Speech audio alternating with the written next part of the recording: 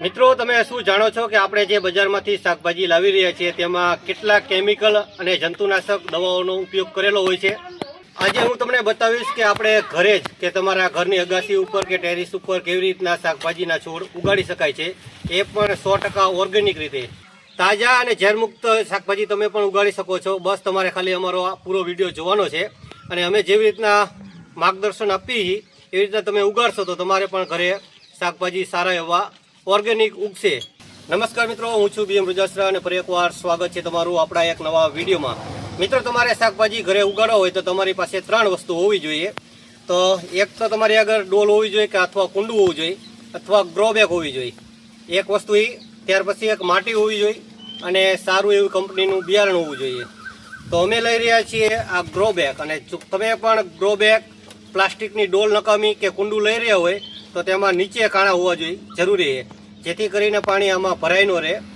તો મિત્રો અમે લઈ રહ્યા છીએ આ ગ્રો બેગ જે અમે ઘરે જ બનાવી છે, અને આ ગ્રો બેગ ઘરે બેઠા એકદમ ખાલી પ્લાસ્ટિકની થેલીથી કેવી રીતના ગ્રો બેગ બનાવી શકાય તેનો પણ અમે 2 દિવસ પહેલાં વિડીયો બનાવ્યો છે। તમે પણ આવી ગ્રો બેગ બનાવી શકો છો।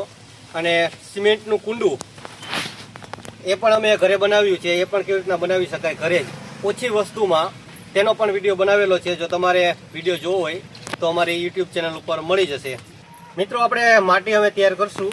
એમાં માટીમાં લઈ રહ્યા છીએ અમે 50% સાદી માટી અને 30% ગાયનું છાણિયું ખાતર અને 20% તમે રેતી અથવા કોકોપીટ પણ લઈ શકો છો।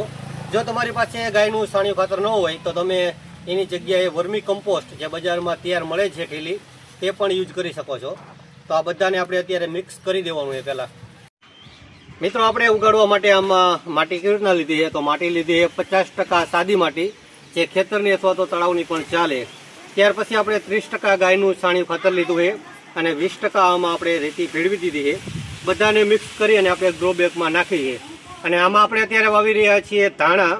તો ધાણાને તમારે શું કરવાનું છે તે પણ હું તમને બતાવી દઉં। જોઈ લો, આ છે ધાણા। જે આખા ધાણા હોય ને એને તમે આમ હાથથી મસળી નાખવાના છે। આમ મસળી નાખશો એટલે 2 ભાગ થઈ જાય છે। તો 2 ભાગ હશે ને તો ઝડપથી ઉગશે, અને આખા હોય તો આખા પણ તમે વાવી શકો છો। તો અમે ધાણા લીધા છે એકદમ આવા ડબલ ફાડાવાળા, અને એમાં 1 દિવસ એટલે કે લગભગ 12 કલાક પાણીમાં પલાળવા દીધા છે એટલે ઝડપથી ઉગી શકે। તો તમે પલાળીને પણ વાવી શકો છો, પલાળ્યા વગર ડાયરેક્ટ પણ વાવી શકો છો।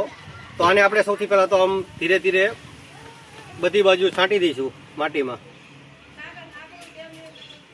જોઈ લો આવી રીતના, અને માત્ર આ લગભગ 10 થી 12 દિવસમાં ધાણા ઉગી અને કમ્પ્લીટ થઈ જશે।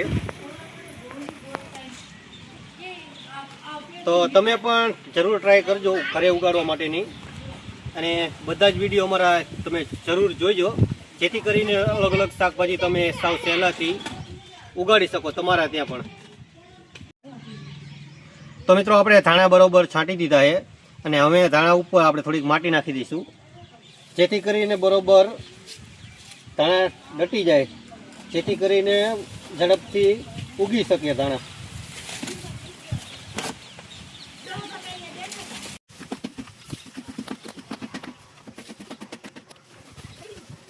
હલકા પ્રેસ કરવાની છે એટલે કે દબાવવાની છે, જેથી કરીને આપણે પાણી પાવીને ત્યારે ધાણા ઉપર ન આવી જાય।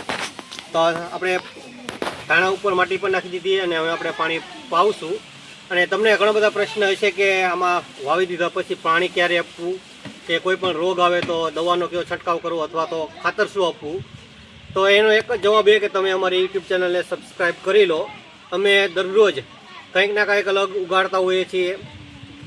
જૈવિક એટલે કે ઓર્ગેનિક દવા કેવી રીતના બનાવવી, ઓર્ગેનિક ખાતર કેવી રીતના બનાવવું, તેના પણ આગળ વિડીયો આવશે, જેથી કરીને તમને બધી પૂરી માહિતી મળી શકે। અને હવે આપણે આમાં પાણી આપી દઈશું।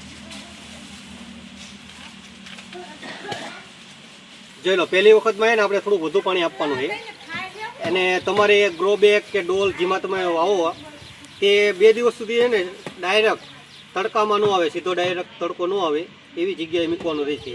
ત્યાર પછી ચાલશે એક વખત ઉગી ગયા પછી। તો હવડા હાથે આપણે આને પાણી આપી રહ્યા છીએ।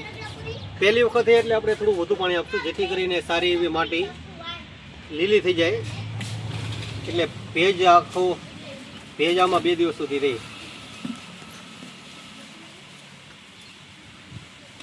મિત્રો, અમારો આ વિડીયો જોઈ તમે પણ તમારા ઘરે કે અગાસી ઉપર ક્યાંય પણ ધાણા જરૂર ઉગાડજો.